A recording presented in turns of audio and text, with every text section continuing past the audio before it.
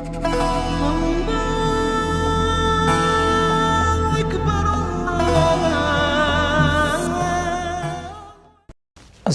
আলাইকুম ওয়া রাহমাতুল্লাহি ওয়া বারাকাতুহু। আলহামদুলিল্লাহি রাব্বিল আলামিন ওয়াল আকিবাতু লিল মুত্তাকিন ওয়াসসালাতু ওয়াসসালামু আলা রাসূলিহিন নাবিয়্যিল কারীম। আম্মা বা'দ, ফাআউযু বিল্লাহি মিনাশ শাইতানির রাজীম। বিসমিল্লাহির রহমানির রহিম।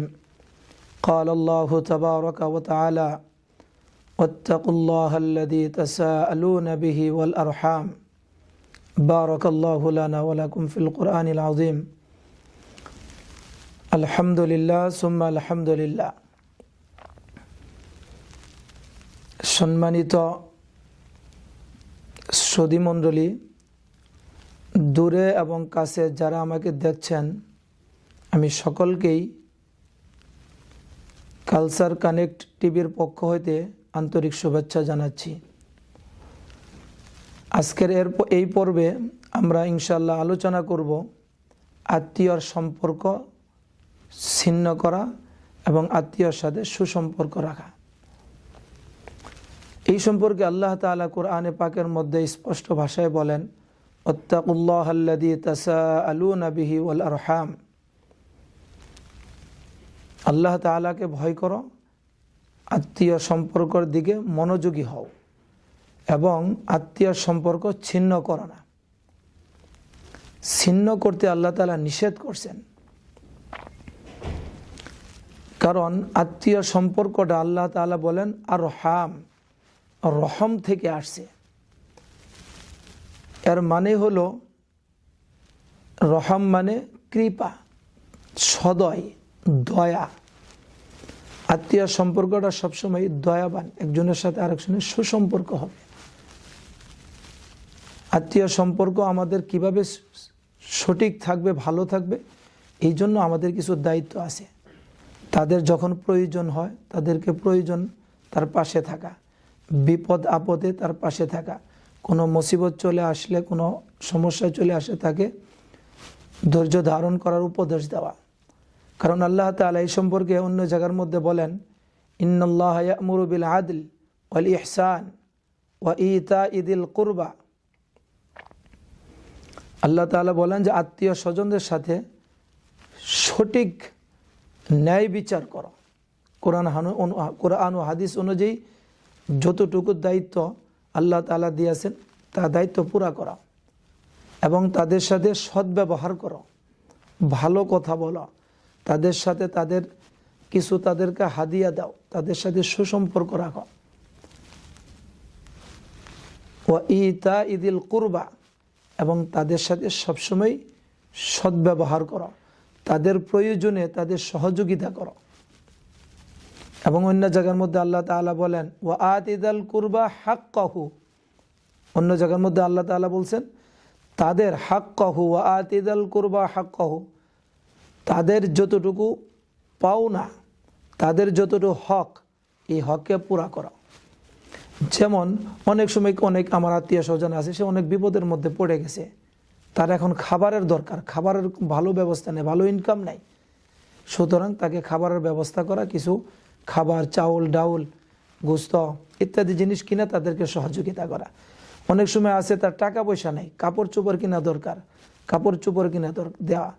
অনেক সময় আছে তার ট্রিটমেন্ট করবে, চিকিৎসা করবে, টাকা পয়সা নেই, চিকিৎসা করা। অনেক সময় তার নগদ টাকা দরকার, তাকে নগদ টাকা দিয়ে সহযোগিতা করা। ওয়া আতি যিল কুরবা হাক্কাহু, এটা আমাদের দায়িত্বের মধ্যে পড়ে। অনেক সময় আছে তারা, অনেক সময় তাদের ছোটোখাটো অনেকজন প্রয়োজন হয়, আমার এই জিনিসটা দরকার, এখানে যাইতে হবে, যাওয়ার কোনো ব্যবস্থা নেই, তাকে ওইখানে যাওয়ার ব্যবস্থা করে দেওয়া। তো এই জিনিসগুলোর দ্বারা আত্মীয় সম্পর্ক গভীর হয় এবং আত্মীয়তার সম্পর্ক আরও বাড়ে। তো এই জন্য কোরআনের 3 জায়গা থেকে আমি আলোচনা করলাম। আল্লাহ তাআলা এই জায়গাগুলোর মধ্যে আত্মীয় সম্পর্ক ছিন্ন করতে নিষেধ করছেন। আত্মীয় সাথে সুসম্পর্ক রাখার জন্য তাদের সাথে ভালো আচরণ করা এবং তাদের সাথে তাদের সহযোগিতা করা, যখন যতটুকু প্রয়োজন তখন তাদের পাশে দাঁড়ানো। আমার আছে, আমি তাদের খবর নিলাম না, এই জন্য রাসূলুল্লাহ সাল্লাল্লাহু আলাইহি ওয়াসাল্লাম হাদিসে পাকের মধ্যে ফরমান, ওই ব্যক্তি সবচেয়ে উত্তম যে নাকি তার আত্মীয় স্বজনকে সুসম্পর্ক রাখে, সে হলো উত্তম। তো এই জন্য আমরা আত্মীয় স্বজনের সাথে সুসম্পর্ক রাখা এটা আমাদের দায়িত্ব। আর সেই হলো উত্তম ব্যক্তি যে কিয়ামতের দিনকে বিশ্বাস করে, আল্লাহর উপর ঈমান রাখছে, সেই জন্য আত্মীয় স্বজনকে সম্মান করে, তাদের সাথে ভালো আচরণ করে। যদি করি তাহলে কি হবে?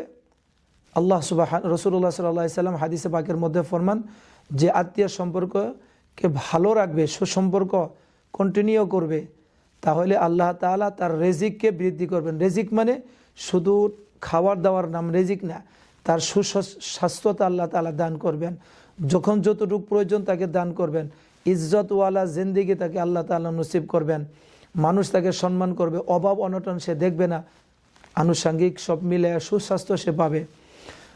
তো আল্লাহ তাআলা তার রিজিকের মধ্যে রিজিককে বৃদ্ধি করবেন। দ্বিতীয় কথা হলো তার হায়াতকে আল্লাহ তাআলা বৃদ্ধি করবেন।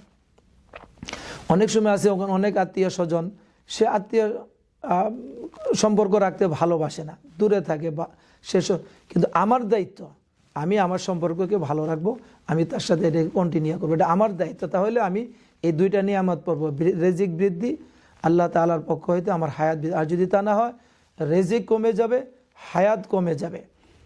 তো এই জন্য আত্মীয়ের সাথে সাথে সম্পর্ক বজায় রাখাটা, এটা অনেকে আছে নফল ইবাদত করা, অন্যান্য অনেক ইবাদত করে, অনেক কাজ করে, সদকা দেয়, দান করে, কোরআন পড়ে, নামাজ নফল ইবাদত পড়ে, তাহাজ্জুদ পড়ে, আত্মীয়ের সাথে সাথে সম্পর্ক রাখে না। তো আত্মীয়ের সাথে সাথে সম্পর্ক যদি না রাখে, সে জান্নাতে যেতে পারবে না। এই জন্য আত্মীয়ের সাথে সাথে সম্পর্ক রাখাটা এটা হাদিসের ভাষা আল্লাহ তাআলা, কারণ এর দ্বারা আমাদের পরিবেশ এবং সোসাইটি এগুলো ঠিক থাকবে। সে একজনের সাথে আরেকজনের আসা যাওয়া, সুসম্পর্ক, সালাম দেওয়া, কথা বলা, আপদে বিপদে পাশে থাকা, এগুলো হলো আমাদের কালচার। এবং কোরআনের মধ্যে আল্লাহ তাআলা বলছেন, হাদিসে পাকের মধ্যে আসছে, যদি তা না হয় আল্লাহ তাআলা নিষেধ করেছে, ওয়া তুকাত্তিউ আরহামাকুম, আত্মীয় স্বজনের সাথে